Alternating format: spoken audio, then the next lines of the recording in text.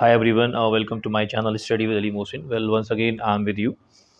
Well, I was making the different videos on the geopolitics. Well, I was discussing the war between the upcoming war between Iran and America. Well, till now I have told you the different scenarios that whatsoever is happening in the Middle East is being discussed by me. Today I have come with another video. Well आज भी हम लोग जो है कुछ points को जो है यहाँ पर मैं डिस्कस करना चाहूँगा। कुछ चीज़ों को मैं जो हूँ यहाँ पर आपके साथ में शेयर करूँगा। आप देखो, एक बार जैसा कि मैंने अपनी लास्ट वीडियो में बताया था कि एक बार फिर से मिडल ईस्ट सेंट्रल एशिया जो है वो जंग के मुहाने के ऊपर है। आप देखो इस समय जो है इस वक्त अमेरिका को ये लगता है कि ये टाइम जो है ये सबसे अच्छा टाइम है, क्योंकि उनका अपना एक असेसमेंट है, उनकी अपनी एक रिपोर्ट है जिससे उनको लगता है कि इस समय जो है वो ऐसा कंसीडर कर रहे हैं कि ये ईरानियन रिजीम को गिराने के लिए सबसे अच्छा टाइम है। उनको लगता है कि जो ईरान है उसकी जो कंडीशन है वो बहुत ज़्यादा वल्नरेबल है, इस टाइम पे बहुत ज़्यादा नाजुक है। उनको लगता है कि उनकी जो इकॉनमी है वो काफ़ी हद तक जो है काफ़ी हद तक गिर गई। उनका जो मनी पावर है वो बहुत ज़्यादा जो है डॉलर के मुकाबले में कमज़ोर हुआ है। इसके अलावा अगर हम देखें तो इंटरनल जो है उनके यहाँ केओस है, इंटरनल जो है प्रोटेस्ट उनके यहाँ हो रहे हैं। तो अमेरिका कहीं न कहीं जो है इसका जो है माइलेज लेना चाहता है। उसके अलावा आप देखो अगर हम बात करें इसराइल की, तो इसराइल जो है इसराइल जो है वो ईरान को अपने लिए एक थ्रेट जो है वो कंसीडर करता है। उसका मानना है कि ईरान जो है वो उसके लिए एग्जिस्टेंशियल जो है थ्रेट है, यानी कि उसके वजूद को जो है वो ख़तरा है। इसीलिए अब आप देखो कि इज़राइल जो है वो तो ये चाहता है कि जितने भी ईरान के जो साइंटिफिक जो इंस्टीट्यूट्स हैं, जितना भी ईरान का जो मिसाइल प्रोग्राम है, इसके अलावा जो न्यूक्लियर प्रोग्राम है, वो सारा का सारा जो है उसको वो डिस्ट्रॉय करना चाहता है। आप देखो दूसरी यही है, बल्कि इसके भी अगर अगर हम देखें तो इसके भी आगे वो ईरान को पूरी तरह से जो है आप देखो एकदम ही ख़त्म करना चाहता है, एकदम ही इरेडिकेट करना चाहता है, इरेज़ करना चाहता है। अब अगर हम तो थोड़ा-सा अगर देखें तो जो डिमांड्स हैं इस टाइम पे, जो नेगोशिएशन है, वो क्यों नहीं जो है ट्रैक के ऊपर आ पा रही है। तो हम देखें तो जो डिमांड्स है वो अमेरिका की वो बहुत ज़्यादा, अगर आप देखो तो वो जो डिमांड्स हैं वो बहुत ज़्यादा, हाँ, बहुत ज़्यादा रियल डिमांड नहीं है। अगर हम देखें तो जो डिमांड्स हैं वो ऐसी हैं कि जो कोई भी कंट्रीज़ है उसको वो फुलफ़िल नहीं कर सकता है। आप देखो उनकी जो डिमांड्स हैं, पहले जो है उनकी ये डिमांड थी कि वो न्यूक्लियर जो है प्रोग्राम को ईरान के जो है बंद करना चाहते थे। ईरान जो है इसके ऊपर डिस्कशन करने के लिए जो है खुद भी राज़ी है। जबकि बार-बार ईरान ने कहा है कि हमारा जो न्यूक्लियर प्रोग्राम है वो पूरी तरह से पीसफुल है, और इसको हम अपने कंट्री के जो डेवलप अपने कंट्री में जो जैसा कि उन्होंने कहा है कि इलेक्ट्रिसिटी के डेवलपमेंट के लिए, इसके अलावा जो साइंटिफिक इन्वेंशंस हैं उनके डेवलपमेंट के लिए हम इसको जो है यूज़ करना चाहते हैं। हमारा कोई भी मकसद जो है वो न्यूक्लियर वेपन्स जो है बनाना नहीं है। जैसा कि मैंने आपको बताया था लास्ट टाइम कि ईरान की जो सुप्रीम लीडर हैं आयतुल्लाह ख़ामेनी, वो पूरी तरह से वो वेपन्स जो मास डिस्ट्रक्शन का जो है सबब बनते हैं, जो मास डिस्ट्रक्शन का जो आवाम को जो है जो आम लोगों को जो नुकसान देते हैं, वो उसके बिल्कुल ख़िलाफ़ हैं। और आपको पता है कि ईरान जो है वो सिविलियंस को नहीं मारता है। कहीं पे भी आप जंग होगी तो आप देखो ईरान एक ऐसा कंट्री है, आप अगर मेरी बात को आप गलत लग रहा हो तो आप इसको खुद से जो है आप हिस्ट्री को जो है आप खुद से जो है इसके फैक्ट्स और फिगर्स को आप चेक कर सकते हो। ईरान ने आज तक दुनिया की किसी भी कंट्री के ऊपर हमला नहीं करा है। आप देखो तो जो यहाँ पर जो एक्सपेक्टेशंस हैं, जो डिमांड्स हैं वो अमेरिका की, वो बहुत ही ज़्यादा ऐसी डिमांड्स हैं जो आप कह सकते हो एकदम अनरियलिस्टिक जो है डिमांड्स हैं, जिसको कोई भी कंट्री जो है वो पूरा नहीं कर सकता है। सही है? आप देखो तो अगर हम बात करें उसके दूसरी तरफ, अगर हम ईरान को देखें तो ईरान के जो वेल ऑब्जेक्टिव्स हैं, ईरान जैसा कि आपको पता है कि ब्रिक्स का जो है वो मेंबर है। इसके अलावा ईरान जो है वो डी-डॉलराइज़ेशन को जो है फ़ेवर करता है। उसके बाद जो शंघाई कॉर्पोरेशन है उसका भी वो मेंबर है। इसके अलावा आप देखो वो पूरे अरब में जो है यूनिटी के ऊपर बहुत ज़्यादा जो है ज़ोर देता है। आपको पता है कि जितने भी अरब कंट्रीज़ हैं, अगर हम बात करें जॉर्डन की, अगर हम बात करें कतर हो गया, सऊदी अरबिया हो गया, इसी तरह से यूएई है, या जितने भी इसी तरह से अगर आप देखो अज़रबैजान हो गया, जितने भी आप अरब कंट्रीज़ हैं वहाँ पे आप देखोगे कि ये सारे के सारे कंट्रीज़ जो हैं वो यहाँ पर अमेरिकन बेसेस हैं। इसके अलावा सिर्फ़ अमेरिकन बेसेस ही नहीं है, आप देखो कि इनके जितने भी नेचुरल रिसोर्सेज़ हैं, ख़ास तौर से अगर हम बात करें तो पेट्रोलियम जैसा हो गया, जैसे आपका पेट्रोल हो गया या आपका नेचुरल गैस हो गई, इनके ऊपर पूरी तरह से आप देखोगे तो जो अमेरिकन्स हैं इनका जो है पूरी तरह से इनकी ओनरशिप है। आप देखोगे मैन पावर भी इन्हीं का है वहाँ पर, और इसके अलावा अगर आप देखो तो पूरी तरह से जितनी भी बड़ी-बड़ी पोस्ट होती हैं यानी कि आप देखोगे कि पूरी तरह से जो ओनर है वो खुद ये अमेरिकन्स ही वहाँ पर हैं। तो ईरान जो है वो इसको पसंद नहीं करता है। ईरान इस बात के ऊपर ज़ोर देता है कि जितने भी अरब कंट्रीज़ हैं, वो खुद से जो है अपना जो ऑयल है वो खुद से उसको जो है कंट्रोल कर सकते हैं और उसको खुद से जो है वो चला सकते हैं। सही है? इसके अलावा हम देखें तो अमेरिका जो है इस टाइम पे जो है ऑयल को एक तरह से आप देखो वेपन्स के तौर पे जो है यूज़ करना चाहता है। वो चाहता है कि पूरी दुनिया का जो ऑयल है वो उसके कब्ज़े में आ जाए। जैसे आपने कुछ दिन पहले ही देखा होगा कि किस तरह से उसने वेनेज़ुएला में जो है वहाँ के जो प्रेसिडेंट थे निकोलस मदुरो उनको वहाँ से जो है उठवा लिया और उसके बाद वहाँ का जितना भी तेल भंडार था, जितना भी आप देखो वहाँ के जितने ऑयल रिज़र्व्स थे उनके ऊपर कब्ज़ा कर लिया। हालाँकि जो वहाँ का ऑयल है वो थोड़ा-सा हैवी ऑयल होता है जो कि अभी जो है देखा जाए तो पूरी दुनिया में सही से यूज़ नहीं हो पा रहा है। खुद अगर हम इंडिया में बात करें तो जो रिलायंस है रिलायंस की जो रिफाइनरीज़ हैं वो जो है रिलायंस इसको जो है सपोर्ट करता है। रिलायंस की जो कुछ रिफाइनरीज़ हैं, वो इसके लिए जो है आइडियल हैं। तो पूरी की पूरी दुनिया में जो ऑब्जेक्टिव अमेरिका का है वो उसको ऑयल को जो है एक तरह से वेपन के तौर के ऊपर जो है वो यूज़ करना चाहता है। वो चाहता है कि पूरी दुनिया का जो ऑयल है वो उसके कब्ज़े में आ जाए। इसीलिए आप देखोगे कि आप देखो तो इराक़ को जो है वहाँ पर उसने जो है इस बात का बहाना लेके कि यहाँ पर पब्लिक के ऊपर जो है केमिकल वेपन्स को जो है यूज़ करा गया। उसने सद्दाम हुसैन की जो है रजीम को ख़त्म कर दिया। इसी तरह से अगर हम लीबिया में देखें तो गद्दाफ़ी को जो है उन्होंने ओवरथ्रोन कर दिया। इसी तरह से अगर हम अफ़गानिस्तान में देखें तो उन्होंने पता नहीं कितने साल तक वहाँ पर जो है बमबारी करी। इसी तरह से अगर हम इराक़ में देखें तो वहाँ पर कोई स्टेबल जो है गवर्नमेंट नहीं है।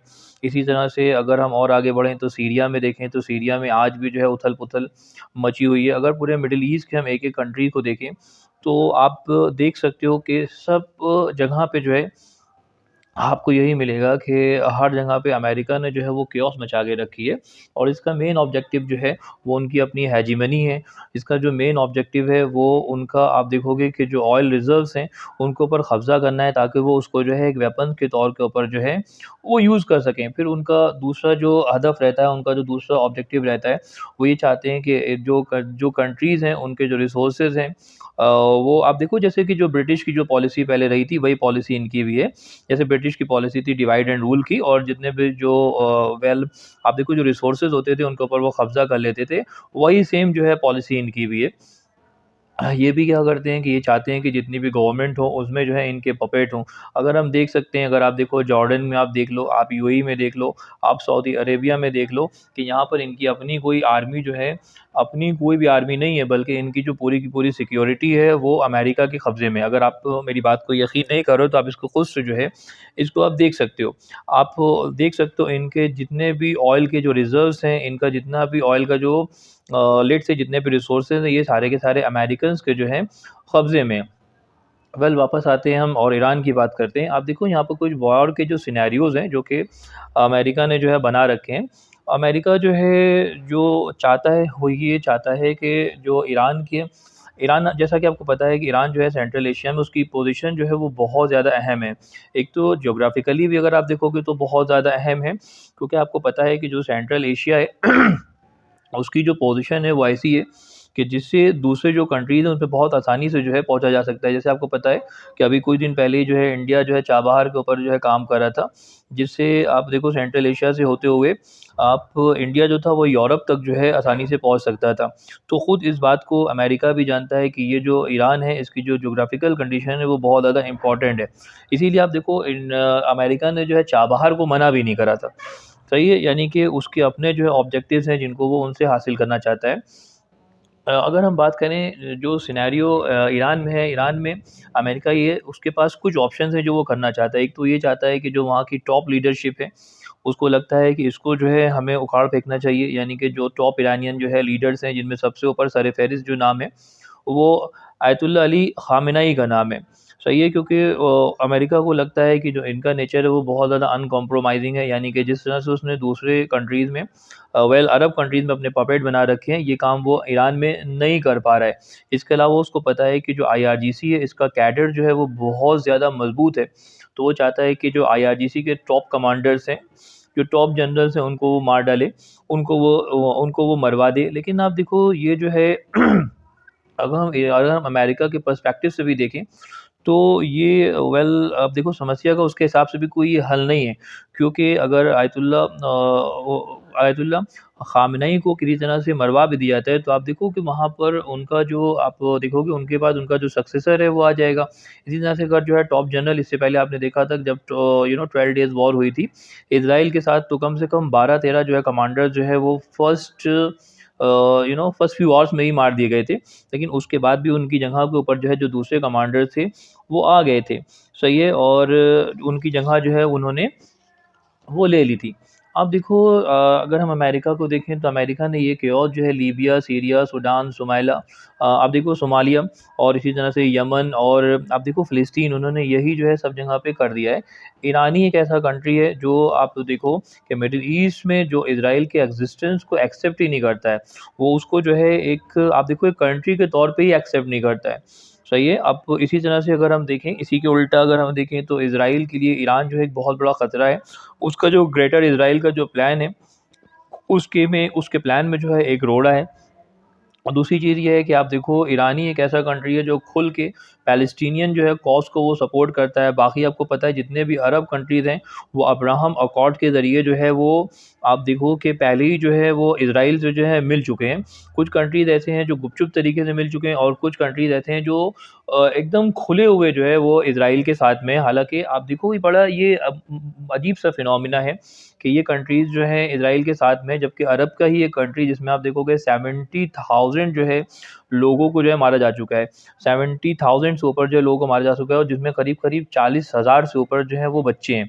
एक कंप्लीट जो है जेनोसाइड वहाँ पर हुआ है। उसके बावजूद भी आप देखो ये जो अरब कंट्रीज़ हैं, वो अब्राहम अकॉर्ड का जो है हिस्सा हैं।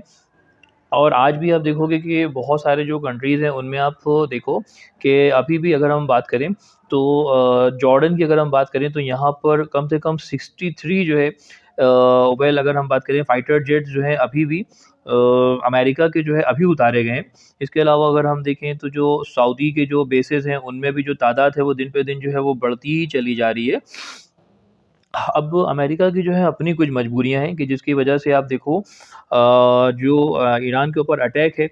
एक तो वो जानते हैं कि अगर हम ईरान के ऊपर अटैक करेंगे, तो हम इसमें बहुत जल्दी निकल नहीं पाएँगे।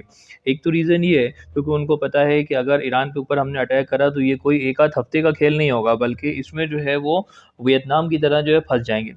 सही है। दूसरी चीज़ ये उनको पता है कि जो रिटेलिएशन होगा, जो पलट के जो वार होगा, वो बहुत ज़्यादा डिवास्टेटिंग होगा, और उनको मालूम है कि ईरान जो कह रहा है कि वो इनके बेसिस के ऊपर अटैक करेगा, तो बिल्कुल वो उसको करेगा। इसमें कोई भी दो राय नहीं है कि वो अटैक पलट के नहीं करेगा। दूसरी चीज़ ये है कि अपने अगर हम बात करें, अमेरिका के अपने कुछ जो है पर्सनल इश्यूज़ हैं। आप देखो कि अमेरिका में केवल 20% लोग ही ऐसे हैं जो वॉर को जो है सपोर्ट करते हैं। आप देखो कि जो ईरान के प्रेसिडेंट हैं, उन्होंने जो यूनिलैटरल जो है ये डिसीज़न ले लिया है।